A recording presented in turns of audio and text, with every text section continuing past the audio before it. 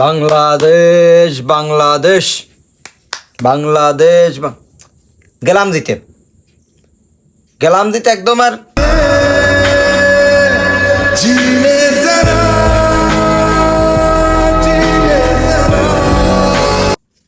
Netherland ছোট দল হোক, যাই হোক, বড় দল হোক, বিশ্বকাপে ভালো দল মনে আমরা ওদের সামনে গর্জন দিতে পারি।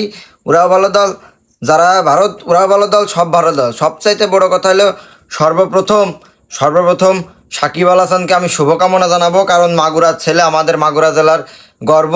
সে যা কাজ করছিল গত কিছুদিন যাবৎ, তাতে গর্ব করার মতো কিছু হচ্ছিল না। তবে আজকে আমরা গর্বিত তার খেলা দেখে।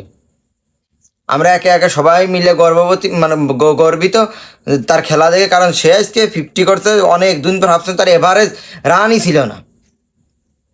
এভারেজ রান 13 করেছিল, 13 করেছিল, যেখানে আজকে রান 50-র উপর হয়ে গেছে। আমরা তো খুবই খুশি, আনন্দ। এই সাকিব আল যেখানে একটা অলরাউন্ডার সাহেব, তিনি যদি ফর্মে না আসেন তাহলে কি করে টিম ফর্মে আসবে? তো স্বাভাবিক একটা বিষয়। মুস্তাফিজুর রহমানের বল তো আউটস্ট্যান্ডিং বল,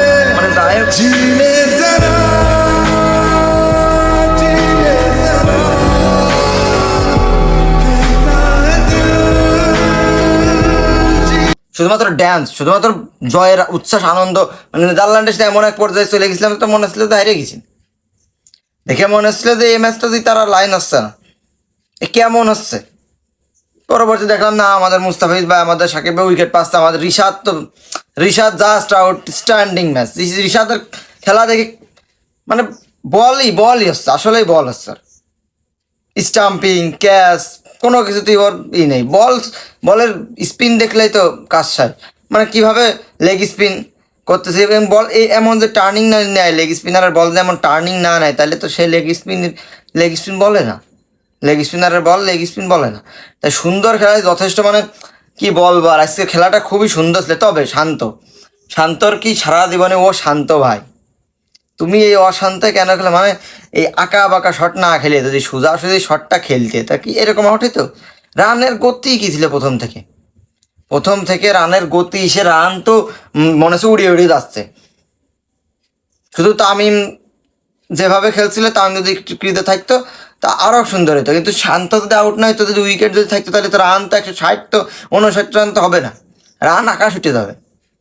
সেখানে রান এলো না। যাই হোক, যা হয়েছে ভালোর জন্য হয়েছে। তবে আমরা ম্যাচ জিতার দরকার ছিল। আসলে ওসব শ্রীলঙ্কা গুনার টাইম নেই তো, আসলে ঘড়ি টড়ি টাইম আউট ওসব আওতায় পড়ে না। আমরা জানি যে আমরা যাবো সুপার 8, এবার বিশ্বকাপও দেখা আছে, ঢাকায় চলে আসতে পারে মনে মনে, স্বপ্নে। যাই হোক, সুন্দর ম্যাচ হয়েছে, যথেষ্ট ভালো ম্যাচ ছিল, খুব সুন্দর ম্যাচ ছিল। তবে ফিল্ডিং, আউটস্ট্যান্ডিং ফিল্ডিং ছিল বাংলাদেশের, কিন্তু একদম সেরা ফিল্ডিং, এটা মানতে হবে। বোলিং, ফিল্ডিং, এখন ম্যাচ জিতে গেলে কোনো অভিযোগ থাকে না। যে আরও সেখানে সাকিব আল হাসান ভালো খেলছে, এই জন্য কোনো অভিযোগ নেই।